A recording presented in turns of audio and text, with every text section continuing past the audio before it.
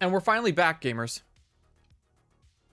We've literally, we're going to do a month, basically a month's worth of news in as little time as possible. It's a lot.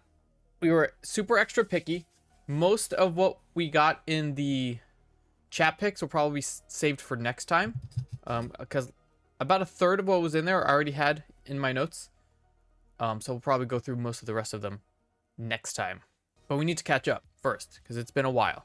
And a lot has happened.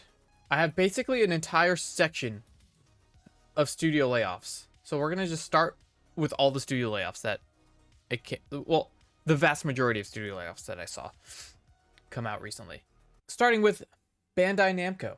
So Bandai Namco canceled several titles and is cutting its workforce. This is VGC, but the original article was on Bloomberg. Let me open that one and send both links into chat. So this one's obviously there's no such thing as a good story about layoffs, right? But this one's slightly funny, because they do things a little bit differently here at this Japan company, right? So according to Bloomberg, citing sources familiar with the matter, the company is taking, there's a quote, taking a traditionally Japanese approach to reducing staff and sending workers to rooms where they're given nothing to do, putting pressure on them to leave voluntarily. So out of the 200 people sent to rooms with nothing to do, about 100 as of, when was this? As of the 15th, have resigned. So they're forcing people to resign by putting them into rooms and giving them no work. A representative told Bloomberg, "Our decisions to continue games are based on comprehensive assessments of the situation. Some employees may need to wait a certain amount of time before they are assigned to their next project, but we do move forward with assignments as new projects emerge." So there's nothing to do, so they're giving people nothing to do. They just give them nothing to do until they resign. They do pay them, but it's a different culture where they want something to do. Like they don't feel useful if they don't have anything to do, so they resign, right? Which is wild. So that's just our first layoff story. On to the next one. Riot. So Riot Games has already laid off about 500 people earlier this year, something like that. This is Eurogamer, and this is Matt Wales at Eurogamer. Original story. So Riot laid off a total of like 30 some odd people recently. And it was confirmed by a spokesperson later on. Impact 32 employees. 27 roles have been cut on the League of Legends team, plus a further 5 roles in publishing. Writers who were laid off will have the ability to use their internal job board to apply for any open roles across the company. So they're like, hey, apply for another job within the company, but right now you have no job. So this began 2024, laying off 530 employees. This isn't necessary. Yeah. Well, while the team's effectiveness is more, this I think was back then when the original round of layoffs were happening, where they said team effectiveness is more important than team size. The league team will eventually be even larger than it is today as we develop the next phase of league. For writers who are laid off, we're supporting them with a severance package that includes a minimum of 6 months pay, annual bonus, job placement assistance, health coverage, and more. So that's what they've been saying about this stuff.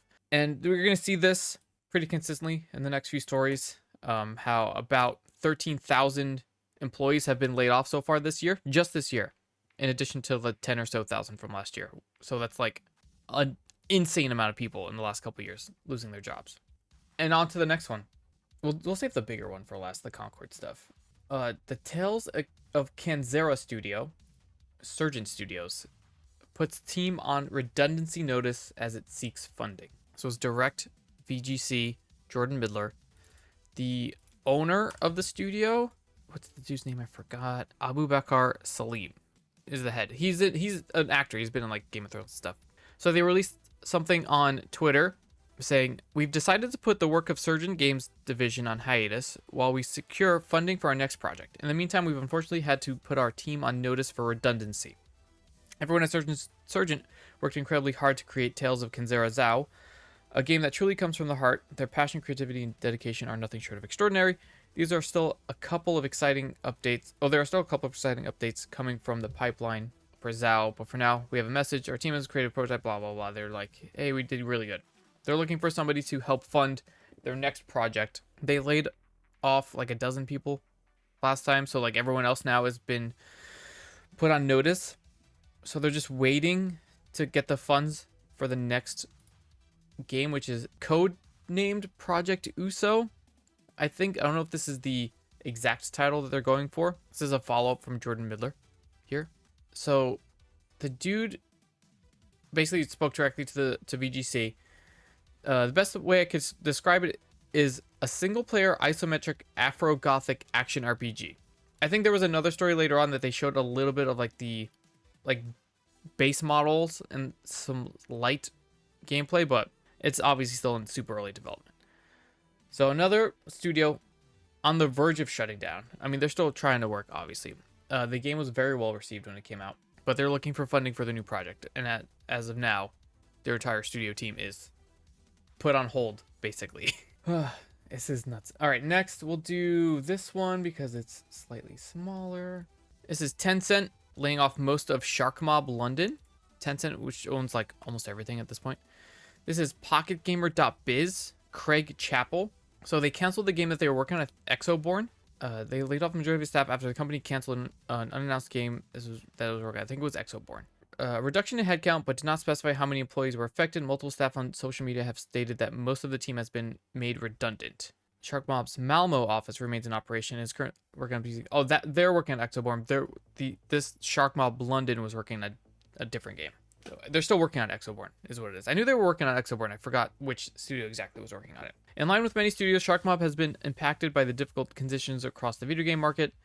As a result, regrettably, Shark Mob has made a reduction in headcount in its London office. Tencent remains committed to Shark Mob and the launch of upcoming game Exoborn. So just another one bites the dust, basically. No specifics on how many, and we don't know if it's going to be released at all. But they laid off or made redundant most of their staff. We got 3 more of these gamers. We're still going. Let's go with Netflix, who was making a hard push for their streaming video game services and stuff like that. This is GameFile News, Steven Totillo. So they closed their Team Quote Unquote Blue studio, which had pretty impactful people in there. What were they working on? Overwatch executive producer from Blizzard. Long-term creative lead on Halo. So a handful of pretty successful names, but then they just shut it down. The company's Southern California game studio, one of a handful of internal studios assembled by Netflix in recent years as part of expansion in video games, has been shut down. It seemed poised to break the mold of what Netflix is doing in gaming. Early hints about the team's work suggested it was pursuing a big budget multi-device strategy, signifying the ambitious edge of Netflix's initial mobile-focused expansion. They made splashy hires, so on and so forth. But as of October, Netflix has shut down Team Blue, and all 3 of those big hires are no longer at the company, which has been confirmed to GameFile. As a follow-up, they also have removed, this is from Engadget, Lawrence Bonk, which is a great name. They're removing the interactive content, except for the Bandersnatch Black Mirror thing. So it currently lists 24 interactive specials, and only 4 of them will remain after December 1st. So it's going to be the Black Mirror, the Kimmy Schmidt episode, the Wild with Bear Grylls, and You vs. Wild will be there. I did that Unbreakable Kimmy Schmidt thing. It was pretty funny. Daniel Radcliffe was in that. It was pretty good. Everything else is being removed. I think those are 2 high budget and high profile to be removed. All the other stuff is gone. So it looks like they're pulling out of a lot of the gaming stuff that they said they were going to do. We'll see if they're still committed to doing anything at all, right? Only time will tell. So many. Next is Ubisoft. This one's going to be a longer one. This is Eurogamer. This is Tom Phillips. So they disbanded the team that made the Lost Crown. So it was originally thought that they laid the entire team off, but it looks like they were just moved on to other projects. They announced that there's going to be no sequel to the game. Even though the game was well received, I think it was in the 80s on Metacritic, if I remember correctly. But they confirmed no trailer, no further expansions or anything like that. They said it did not perform well. Love that. You love when a game does really good, but it didn't quote unquote perform well, so the team gets any new ideas get scrapped, basically. And it's pretty funny. Well, let's read a couple of quotes here before we move on to the next part. This is from senior producer. I'm extremely proud of our team's work and passion at Ubisoft Montpellier, I don't know how to pronounce that, to create a game that resonated with players and critics alike. I'm confident in its long-term success. Prince of Persia: The Lost Crown is now at the end of its post-launch roadmap with 3 free content updates and 1 DLC that released in September. We are now focusing on making the game available to more players. It was recently launched on Steam. It will be available on Mac by this winter. Most of the team members who worked on Prince of Persia: The Lost Crown have shifted to other projects that will benefit from their expertise. We know players have a love for this brand, and Ubisoft is excited to bring more Prince of Persia experiences in the future. I think it was, yeah, so they're still doing the Sands of Time remake, which is supposed to come out 2026. We'll see. But there was a follow-up. One of the, I think, publishing directors at Larian, who makes Baldur's Gate 3, had something to say about it, blaming the management for, hold on, I think they were just posting on Twitter. Chris Scully and VGC. But what he was basically saying, it's Michael Dowse. It wasn't due to the development team's work, but to Ubisoft management. Saying the last notable game on their platform was arguably Far Cry 6 in 2021. The Crew, Mirage, and Avatar came in 2023 and didn't perform, so you can assume subscriptions were at a lull when Prince of Persia released by 2024, which means people wouldn't be launching their store all too much. If it had released on Steam, not only would it have been a market success, but there would likely be a sequel because the team is so strong. So yeah, it was 85 to 87 received from Metacritic. But yeah, it's basically saying that, like, why didn't they just release it on all platforms at the same time? Why the delayed release? It hindered its success, right? So yeah, it's on posts here. So you got Larian people saying, hey, Ubisoft, you're dumb, which is very funny. And last but not least, the big one, Sony closes Firewalk Studios, the developer of Concord, which was released and 2 weeks later was shut down, with them saying, hey, we're going to continue working on it and probably re-release it soon.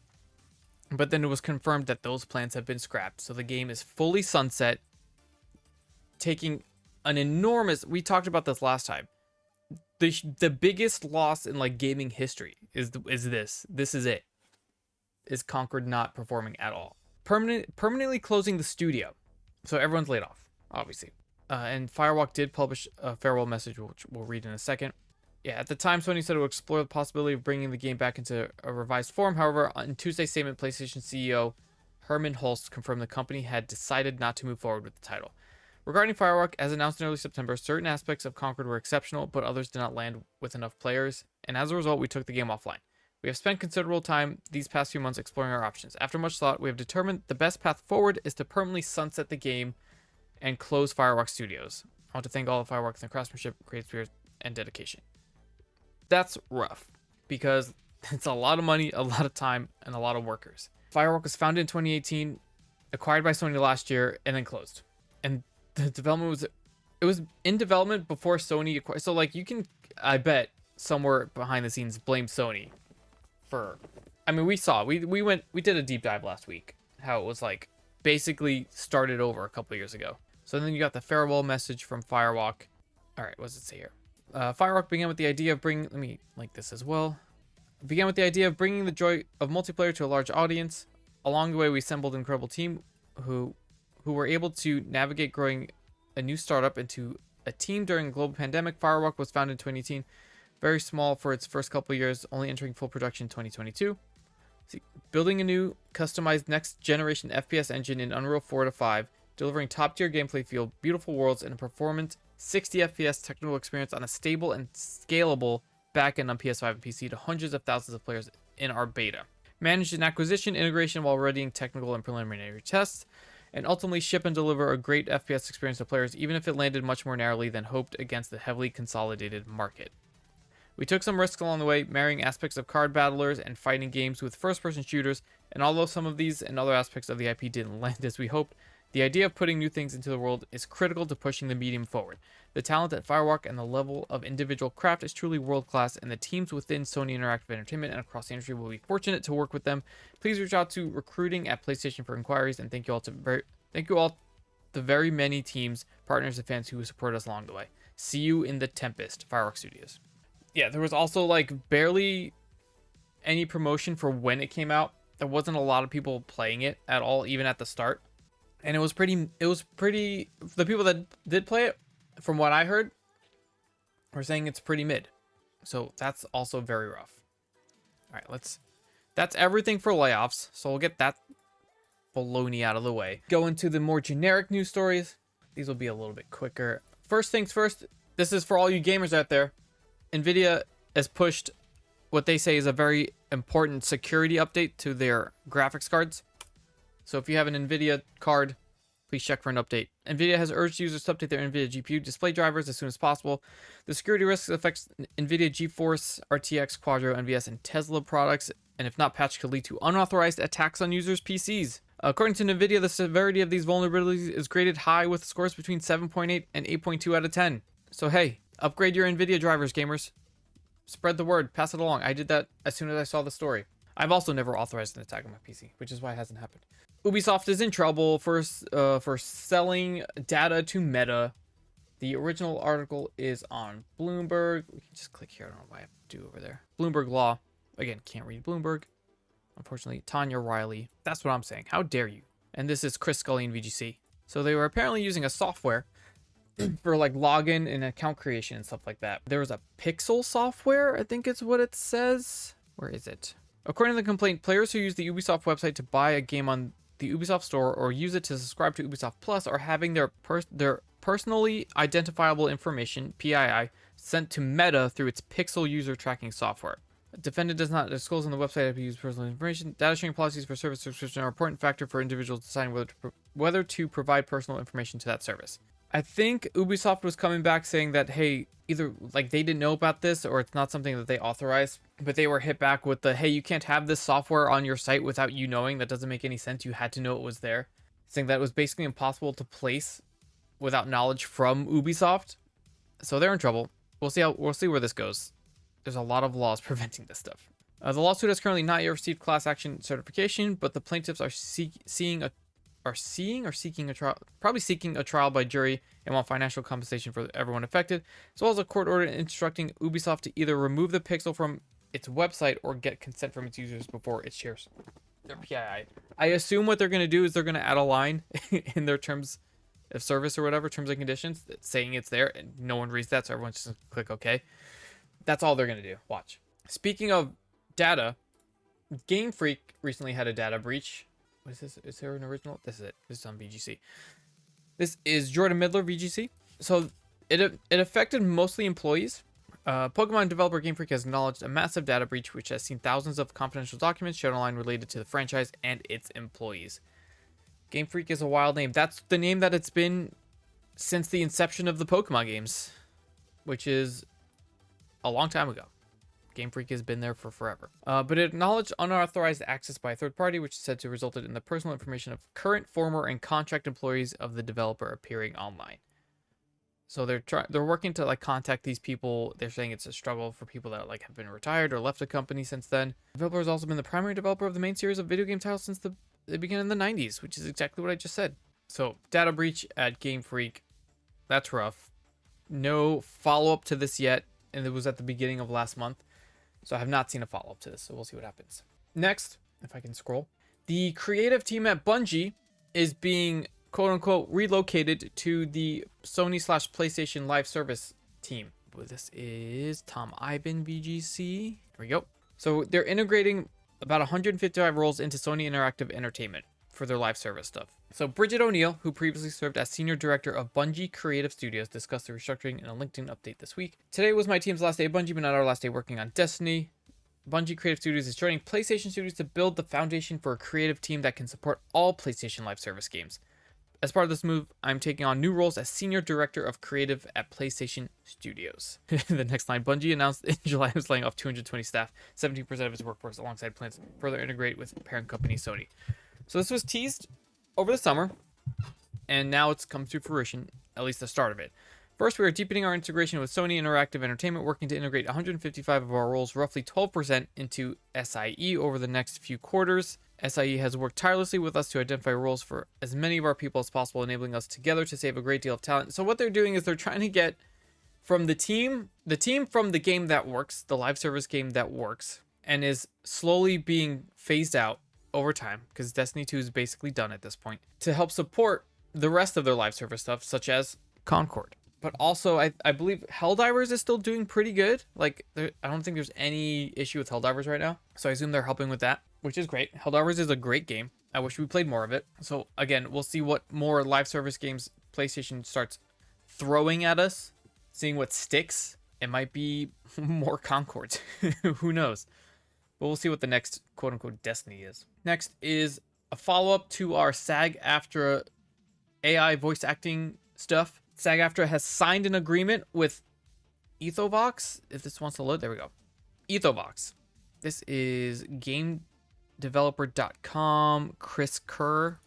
So Ethovox is basically an AI voice acting company, but this one's different where it is owned and managed by voice actors. So that's why they were fine signing an agreement here. So it explained the contract guarantees performer compensation in the form of session fees and ongoing revenue sharing throughout the life of the Ethovox's foundational model. So they're saying that they're going to compensate people for their likenesses being used appropriately and give them a say of like how it's being used as well. What does it say? SAG-AFTRA will continue to recognize AI companies like Ethovox that agree with our union's AI guidelines. Not everyone will want to work with an AI company, and that's understandable, but for those who intend to utilize the opportunities AI offers, it's important that agreements require companies to secure informed consent and provide fair compensation. Without informed consent and fair compensation, this new era will become a wild west of AI misuse and exploitation. They claim that actors working with Ethovox have complete control over how their digital replicas are deployed, and emphasize that anybody working with the company will be properly compensated. So I assume because an agreement has been signed that it's all legitimate, believable, and on the up and up. Because it was created and is managed by voice actors. So obviously they're, I guess, looking out for themselves, which is fine. It's great. Speaking of stuff,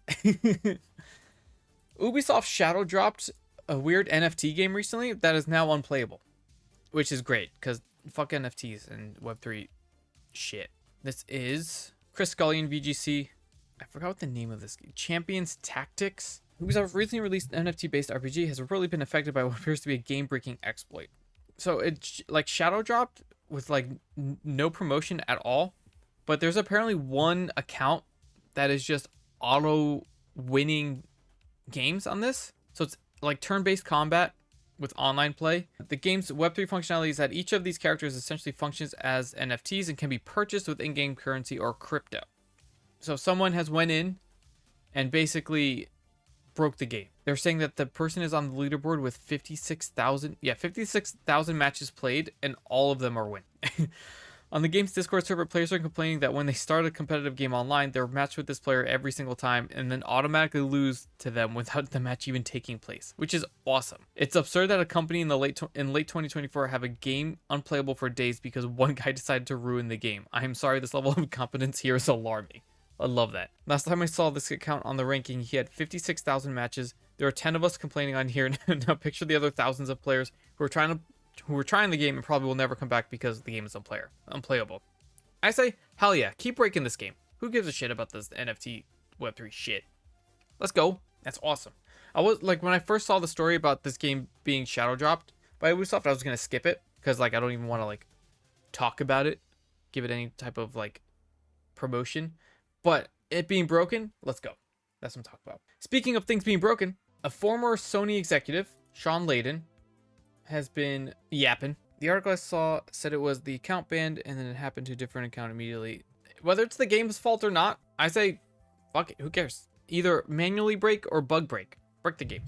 This is Jordan Midler, VGC. I think this is the article. Yeah. So he's advocating for companies to focus more on AA titles, which I think most people paying attention to the gaming industry would agree with. He had a 30-year career at Sony, served as CEO for SIE America and chairman of Worldwide Studios. He was talking to VGC at Gamescom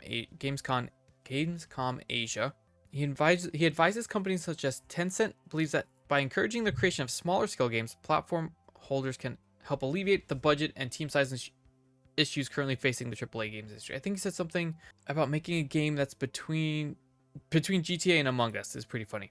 Game budgets are not going to remain in the triple-digit millions. Let's say $20 million. With their current level of gaming development skill, it's gotten higher than it was 10 years ago. We have a talent pool that we can reach into with the right budget and lean into it for the variety. Don't make a bunch of AA first-person shooters set in World War II. That's not going to move the needle. Give us more interesting opportunities. Give us more things like Firewatch. Those kinds of games. Believes more variety is needed to tempt future players away from the established live service giants. According to a report this year, 60% of all playtime in 2023 is spent in games that are 6 years old or older. We're trying to get more people into playing games. Clearly, people are not playing games. They're not playing games because they're not interested in what we're giving them. What we're giving them is sequels to things that they weren't interested in. I don't think that's going to get them through the door. In 2020, some publishers used the move to next generation consoles as an opportunity to increase the price of standard games from 60 to 70, which, yes, that was annoying. While this hasn't been a universal change, most large publishers have now adopted the $7 price point. When it costs $5 million to make your game, you can charge $59.99. When it costs $125 million to make a game, you charge $59.99. So the math doesn't work. You end up having your cost and revenue streams at a break-even point. It's not a healthy model, but the gaming community said they don't want to pay more than $60 for a game. Which, like, imagine games being a standard $100. Insane. That led the industry into this place of, well, how do we get them to continue to spend? What's the DLC? What are the microtransactions? How do we get battle passes? How do we sell subscriptions? For some, they made good decisions around that. Others have, as we've seen, haven't, and we've seen blowback for companies charging crazy amounts for DLC and season passes that have no benefit. So I think we're running up against the wall now. If you're going to make a $150 million AAA game, you're going to have to make a sequel. So it's a lot. It goes on for a while. But moral of the story, I think he's right. I think 100%. Just make smaller games, spend less, and make them good. Of course, the games industry is hard. There's nothing easy about it. There's no like just make good game. That's just not gonna happen. But you could try. Instead of doing a Concord, which seems like they tried too hard. Last one of these larger news stories is an update on the Palworld Nintendo lawsuit. This is on Forbes, Paul Tassi. And we might stop here and save the rest for next time, because there's some of the stuff in the next section. Because I've got like 1, 2, 3, 4, 5, 6, 7, like 10 more that we can just save for next time. We'll do one more after this. We'll do one more after this and save the rest for next time, because they're not like that crazy important, but we'll see. So Nintendo's Palworld lawsuit takes an absurd turn. So there's been more details released about the lawsuit. So Nintendo has made specific infringement claims on game mechanics, right? And it's 3 specific ones, but we'll start here. So Pocket Bears just announced that Nintendo's demanding 10 million yen, which I think is like, 66,000, plus late payment damages from them. I would not expect anyone to know this math offhand, but tell me it's 66,000 usually. It's not missing any zeros, and yes, this is Palworld, a game that sold 25 million units across PC. In other words, that's pocket change depending on what the late payment damage may be. Where things get weird is what patents were actually violated. They are the ones that most people would have no idea Nintendo even owns, including Pocket Pair apparently. So the 3 main things that they're claiming, the first patent is about aiming and firing some sort of item towards a character in a field. It literally specifies that, triggering a combat state. The second patent is something about being able to capture creatures in the wild rather than just in a battle setting.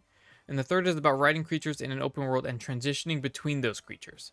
Granted, patents are pretty granular, so these may get into more detailed specifics than what we're seeing here, but yes, it does fundamentally seem like Nintendo is saying they cannot use the open world capture system or riding creatures in open world, which can't be right.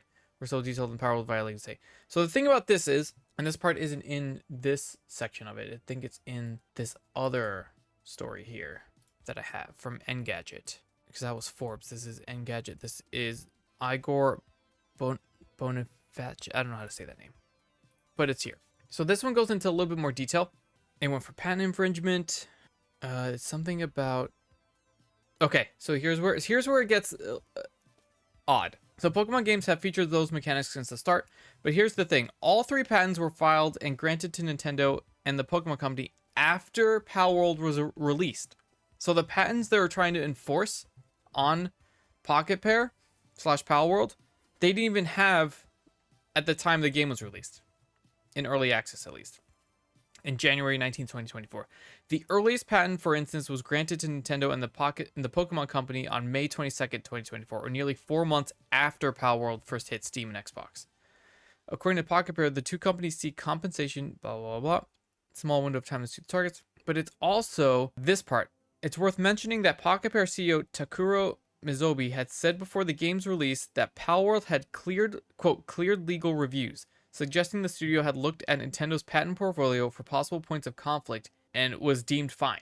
So it's getting a little weird. It seems like Nintendo was waiting to see how successful the game was going to be, and once it started taking off, they filed for patents for anything that they could find, which it seemed very generic, or very specific. And because I guess Pocket Pair didn't patent those things first, they don't get to they get to be sued.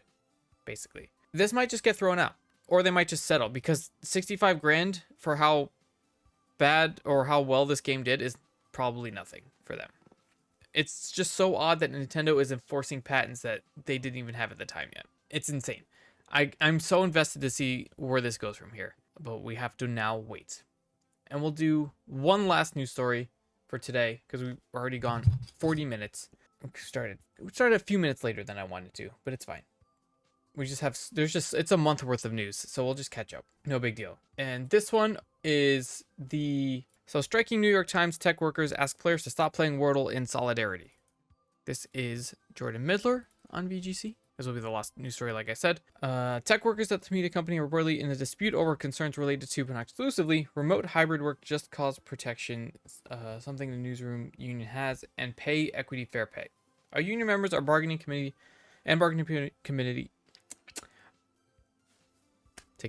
Our union members and bargaining committee have done everything possible to avoid the ULP strike.